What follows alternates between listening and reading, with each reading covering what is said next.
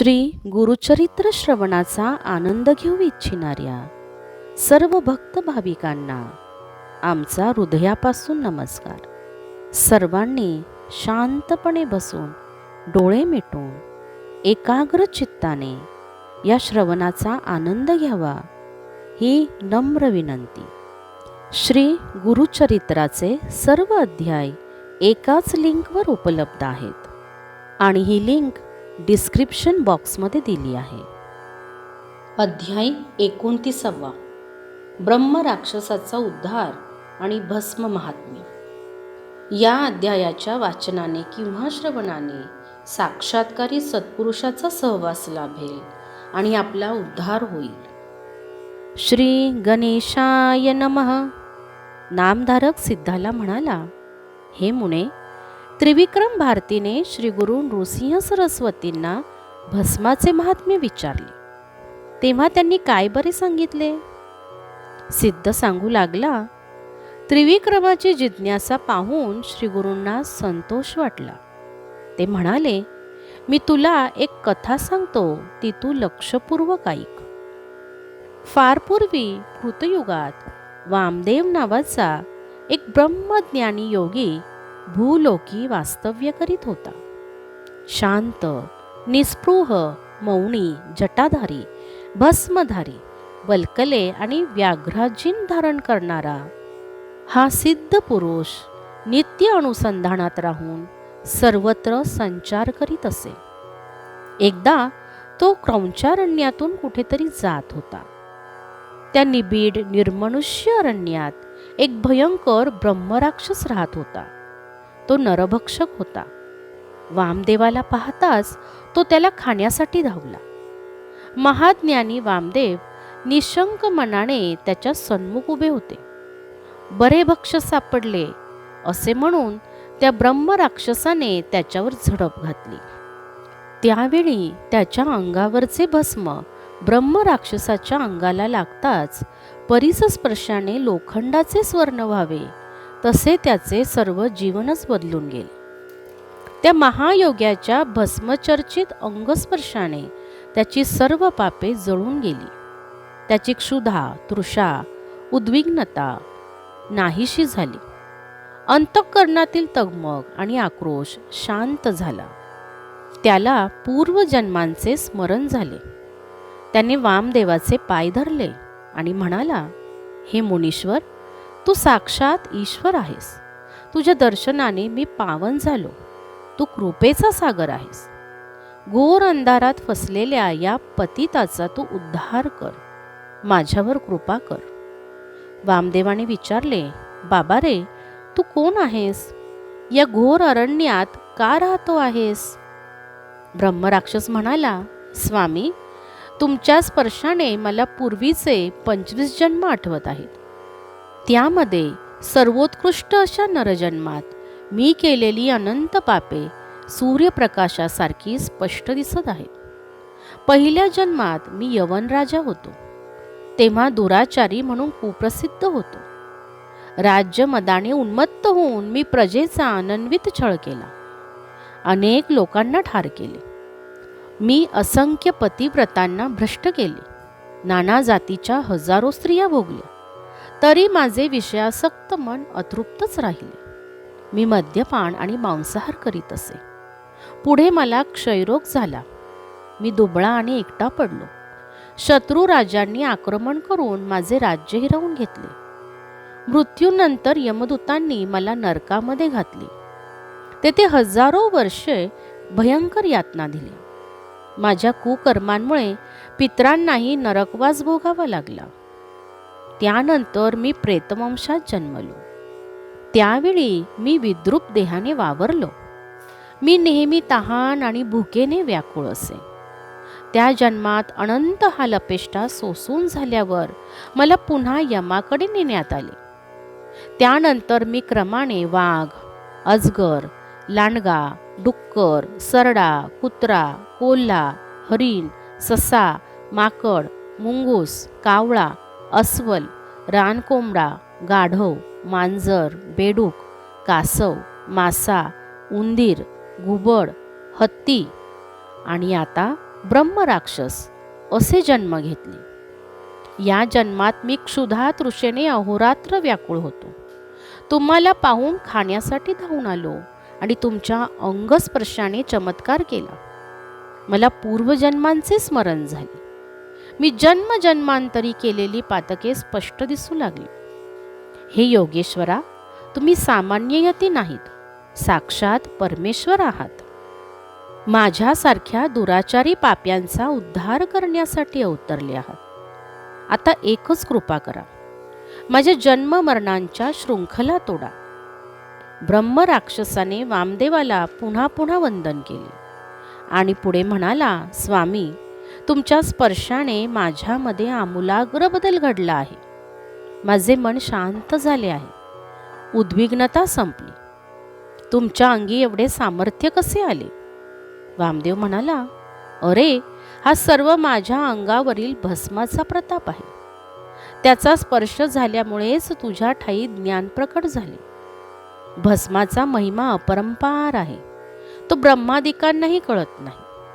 म्हणूनच महादेव भस्म हे भूषण धारण करतात, ज्याची थोरवी ईश्वराने मान्य केली आहे. त्याविषयी मी अधिक काय बोलणार. असो, मी तुला एक कथा सांगतो. त्यावरून भस्माचा प्रभाव किती श्रेष्ठ आहे याची तुला कल्पना येईल. पूर्वी द्रविड देशात एक कर्मभ्रष्ट ब्राह्मण राहत असे. त्याचे एका शूद्र स्त्रीशी संबंध होते. त्याच्या वागणुकीने संत्रस्त झालेल्या ब्रह्मवृंदाने त्याच्यावर बहिष्कार टाकला. त्याचे आई, वडील, बंधू, आप्त, मित्र या सर्वांनी त्याच्याकडे पाठ फिरवली, पण त्या पाप्याला कधी विधिनिषेध वाटला नाही. त्याने त्या शूद्र स्त्रीशी विवाह केला होता, पण तो अन्य स्त्रियांशीही व्यभिचार करीत असे. चरितार्थाचे काहीच साधन नसल्याने तो चोऱ्या करायचा. असेच एके दिवशी तो चोरी करण्यासाठी गेला असताना एका शूद्राने त्याचा वध केला आणि त्याचे प्रेत गावाबाहेरील स्मशानापाशी नेऊन टाकले. स्मशानामध्ये एक कुत्रा भस्मावर बसला होता. त्याच्या पोटाला भस्म लागले होते. प्रेताचा सुगावा लागताच तो ते खाण्यासाठी आला. त्यावेळी त्याच्या अंगावरचे भस्म प्रेताच्या कपाळाला आणि अंगाला लागले. इकडे यमदूत त्या ब्राह्मणाला मारत मारत यमपुरीकडे नेत होते. शिवदूतांनी ब्राह्मणाच्या प्रेताला भस्म लागलेले पाहिले आणि ते त्वरेने यमलोकाकडे निघाले. मार्गामध्ये यमाचे दूत दिसले. शिवदूतांनी त्यांना गाठले. त्या विप्राचा सूक्ष्म देह त्यांच्याकडून हिसकावून घेतला आणि त्यांना मारून पळवून लावले. यमदूतांनी यमाची भेट घेऊन घडलेला सर्व प्रकार सांगितला. त्यामुळे यमाला राग आला. तो तत्काळ शिवदूतांपाशी आला आणि त्यांना खडसावून म्हणाला, तुम्ही माझ्या सेवकांना का बरे मारले? हा ब्राह्मण किती पापी आहे याची तुम्हाला कल्पना आहे का? याला तुम्ही शिवलोकी कसे काय नेता? शिवदूतांनी उत्तर दिले, या ब्राह्मणाच्या प्रेताच्या कपाळावर, छातीवर, दंडावर आणि सर्वांगावर भस्म लागले होते. त्यामुळे तो पावन झाला आहे. भस्मचर्चित देह असलेल्या प्रत्येकाला कैलास लोकीच आणले पाहिजे, अशी आमच्या स्वामींची आम्हाला आज्ञा आहे. भस्म लावणाऱ्या मनुष्याला कोणताही दोष लागत नाही. आम्ही तुमच्या दूतांचा वधच करणार होतो, पण धर्माचा विचार करून सोडून दिले. यापुढे ज्यांच्या देहावर भस्म आहे त्या कोणालाही तुम्ही यमलोकी आणू नये, अशी तुमच्या दूतांना सूचना द्या. गळ्यात रुद्राक्षमाळा घालणारे, भाळी त्रिपुंडी टिळा लावणारे यांच्या हातून काही पापे घडली असली तरी त्या भक्तांना शिवलोकीच गती मिळते. ते ऐकून यमाचा राग शांत झाला. त्याने आपल्या दूतांना भस्म, त्रिपुंड आणि रुद्राक्ष धारण करणाऱ्या कोणालाही यमलोकी आणू नये असे बजावले. हे राक्षसा, असा आहे भस्माचा महिमा. म्हणूनच मी भावभक्तीने भस्म धारण करतो. वामदेवाचे बोलणे ऐकून ब्रह्मराक्षस म्हणाला, तुमच्या दर्शनाने मला पूर्वजन्मींचे ज्ञान झाले. मी काहीतरी पुण्य केलेले होते, म्हणूनच तुमची भेट झाली. मी राजा होतो तेव्हा अनंत दुष्कृत्य केलेली असली तरी काही सत्कर्मेही केली होती. मी पांतस्थानची सोय व्हावी म्हणून रानामध्ये एक तळे बांधले होते. ब्राह्मणांना शेतजमिनी दान देऊन त्यांच्या चरितार्थाची सोय केली होती. यमदूतांनी मला यमलोकी नेले तेव्हा चित्रगुप्ताने यमाला माझे पापपुण्य सांगितले. त्यावेळी यमाने मला तुला या पुण्याचे 25व्या जन्मात फळ मिळेल असे सांगितले होते. ते वचन आज खरे ठरले. त्या पुण्याईने तुमचे चरण दृष्टीस पडले. स्वामी, आपण मला भस्माचे महात्म्य सांगितले, आता भस्म विधीपूर्वक कसे धारण करायचे तेही सांगा. वामदेव म्हणाला, एके दिवशी भगवान शंकर पार्वतीसह मंदार पर्वतावर बसले होते. त्यांच्या सन्मुख समस्त शिवगण, 33 कोटी देव आणि अनेक ऋषी उपस्थित होते. तेवढ्यात सनतकुमारांचे आगमन झाले.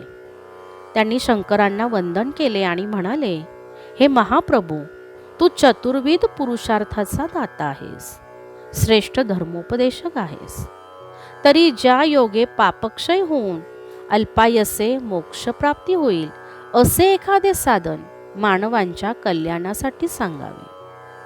ते ऐकून शंकर प्रसन्न झाले आणि म्हणाले, ऋषीजन हो, अंगाला भस्म लावणे, भाळी त्रिपुंड टिळा लावणे या गोष्टी नित्य श्रद्धेने केल्यास अनंतपट पुण्य लाभ होऊन मनुष्याला 4 पुरुषार्थ साध्य होतात. आता भस्म धारण करण्याचा शास्त्रोक्त विधी सांगतो.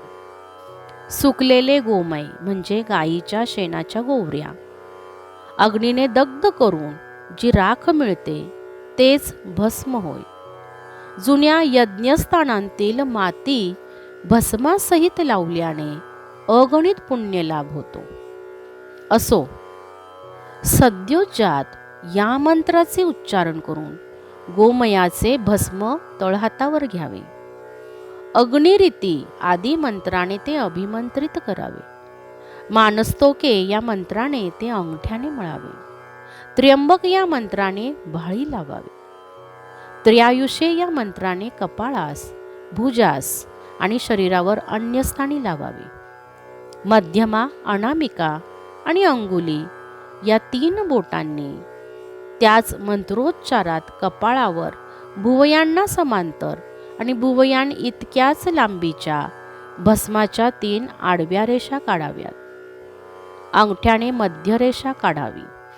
यालाच त्रिपुंड्रक असे म्हणतात. शंकरांनी उपस्थितांना त्रिपुंड्राच्या 3 रेषांच्या देवतांची नावे सांगितली. त्यांच्यामध्ये ओंकाराच्या अ, उ आणि म या 3 मात्रा कशा अधिष्ठित आहेत ते सांगितले. त्या रेषा अंतरात्म्याच्या क्रियाशक्ती, इच्छाशक्ती आणि ज्ञानशक्तीचे प्रतिकात्मक स्वरूप असल्याचे स्पष्ट केले. ते पुढे म्हणाले, ब्रह्मचारी, गृहस्थ, वानप्रस्थी आणि संन्यासी या 4 आश्रमधर्मांच्या लोकांनी तसेच ब्राह्मण, क्षत्रिय, वैश्य आणि शूद्र या 4 वर्णांच्या लोकांनी भस्मांकित त्रिपुंड्र लावावा. त्रिपुंड्र धारण करणाऱ्याला पुनरावृत्ती नाही. त्याला 4 पुरुषार्थ साध्य होतात. त्याच्या सर्व इच्छा पूर्ण होतात. त्याने पूर्वी केलेल्या सर्व पातकांचे निरसन होऊन तो पुण्यात्मा होतो.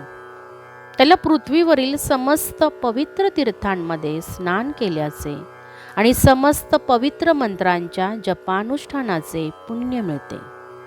त्याला आयुष्य, आरोग्य, यश, कीर्ती, ज्ञान आणि अखिल सौख्य प्राप्त होते. त्याच्या 42 कुळांचा उद्धार होतो. जो विधीपूर्वक मंत्रोच्चारांसहित त्रिपुंड्र धारण करतो त्याची थोरवी काय वर्णन करावी. तो देवांना वंद्य होतो. इंद्रादी लोकपाल, विद्याधर, सिद्ध, गंधर्व असे सर्वच त्याला मान देतात. त्रिपुंड्र धारण करणारा देहांती दिव्य विमानात बसून स्वर्गलोकी जातो. तेथून ब्रह्मलोक आणि वैकुंठ येथे अनंतकाळ वास्तव्य करून तो कैलासावर जातो. त्याला शिवसायुज्य प्राप्त होते. असा आहे त्रिपुंड्राचा महिमा. ज्याला मंत्रोच्चार येत नाहीत त्याने तो भक्तिभावाने धारण करावा, त्यालाही तेच फळ मिळते. ते निरूपण ऐकून सनतकुमारांना मोठे समाधान वाटले. देवांना आणि ऋषींना आनंद झाला. ते महात्म्य श्रवण केल्याने ब्रह्मराक्षसालाही परमसंतोष वाटला. वामदेवाला वंदन करून तो म्हणाला, स्वामी, माझा उद्धार करा, मला जन्म मरणांच्या यातनांमधून सोडवा. त्याची मनोवस्था जाणून वामदेवाला दया आली. त्याने ब्रह्मराक्षसाला अभिमंत्रित भस्म दिले. त्याने त्या भस्माने स्वतःच्या कपाळावर त्रिपुंड्रक लावला. त्या योगे त्याला दिव्यदेह प्राप्त झाला. तो अतिशय तेजस्वी दिसू लागला. त्याने वामदेवाला नमस्कार करून प्रदक्षिणा घातली. तेवढ्यात तेथे एक दिव्य विमान आले. त्यामध्ये बसून तो दिव्य लोकात गेला. महातपस्वी वामदेवाच्या कृपाप्रसादाने त्याला परमगती मिळाली. नृसिंह सरस्वती त्रिविक्रम भारतीला म्हणाले, वामदेव हे मनुष्यरूप धारण केलेले शंकरच होते. त्यांचे दत्तात्रेय महाप्रभूंशी साधर्म्य होते. योगियांचे ईश्वर असे हे महामुनी जगाच्या उद्धारासाठी नित्य संचार करीत असत. त्यांच्या हस्ते प्राप्त झालेले भस्म धारण केल्याने ब्रह्म राक्षसाचा उद्धार झाला, म्हणून गुरुकृपा श्रेष्ठ मानली जाते. त्यांच्या सेवेची आवड हेच सर्व साधन मार्गांचे सार आहे.